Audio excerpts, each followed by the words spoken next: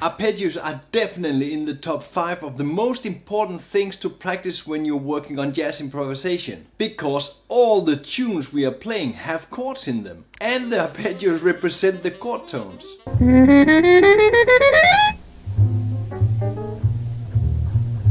So are you struggling to make the arpeggios sound great when you're soloing?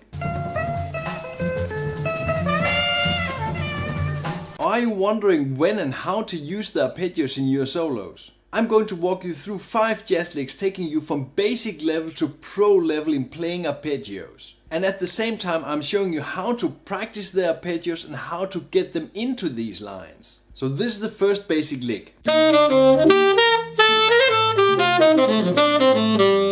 On the D minor 7 chord I play the D minor 7 arpeggio, which for some of you might sound completely logical. But when you play the arpeggios just up and down like nothing is happening,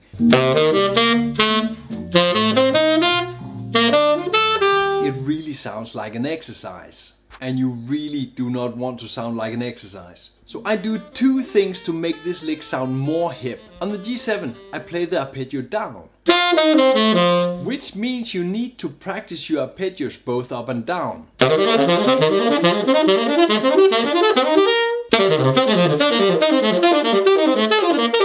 And what I also do compared to that really simple lick,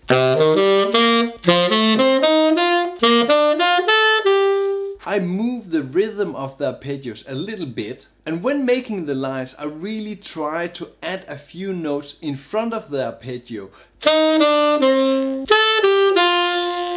to make them move in the rhythm or make them sound more special. This makes the timing a little bit different and I get kind of an approach towards the arpeggios.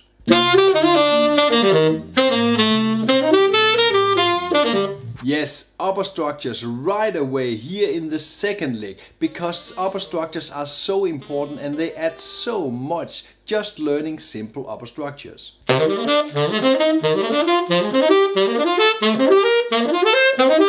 The first upper structure begins by adding a 9th to all the 7th chords. So how do you do this? You start by having the 7th chords, the 4-note chords.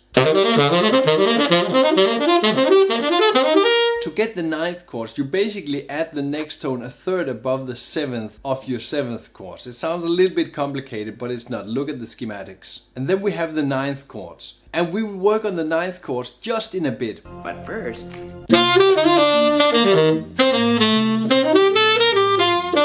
But first we need to check out these upper structures. The upper structures in this lick, on the D minor 7 I play the F major 7 chord. And on the G7 I play the B half diminished 7 chord. These upper structures are connected in the way that you have the normal 4-note 7 chords. You add the 9th to the 7th chords like we did before. And here it comes. Then you remove the root of every chord. Then you have the upper structures. Like this, when you have the D minor chord you actually play the F major 7 chord. And when you have the G7 chord you actually play the B half diminished 7 chord.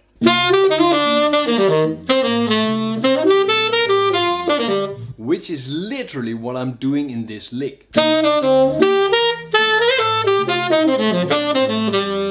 when you're making new lines, really try to integrate the upper structures into your sound. So replace the basic arpeggios with the upper structure sound.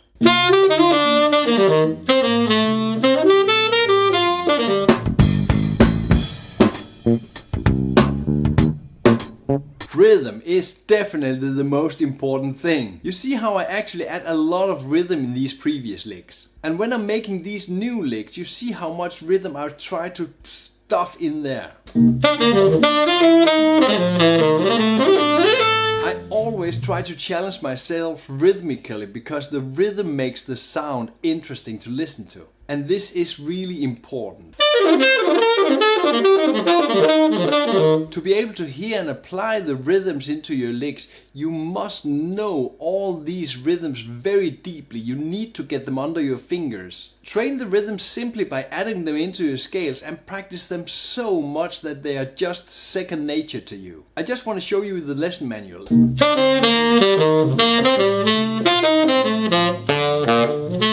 These these examples are taken out of the lesson manual, this is what you get when you download it.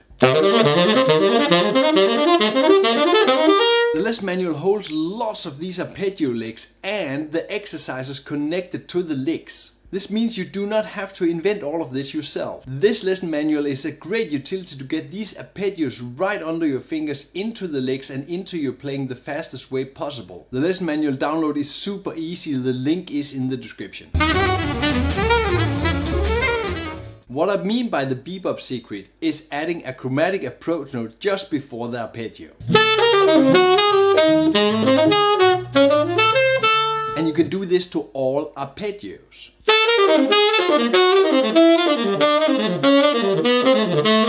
And when you can do it to all arpeggios, this means you can play them up and down.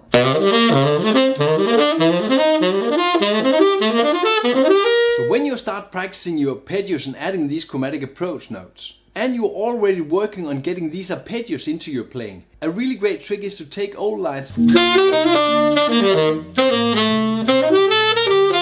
to see if you can add the chromatic approach note on the arpeggios that are already existing in your lines.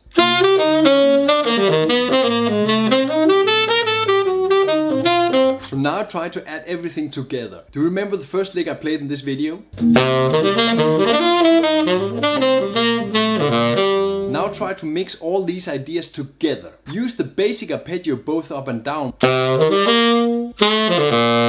Use the arpeggios both up and down, what you see here on the D minor chord and the C major chord. Expand the basic arpeggios and use upper structures, like the F major on this D minor chord. Add more rhythm. Rhythm is the most important thing.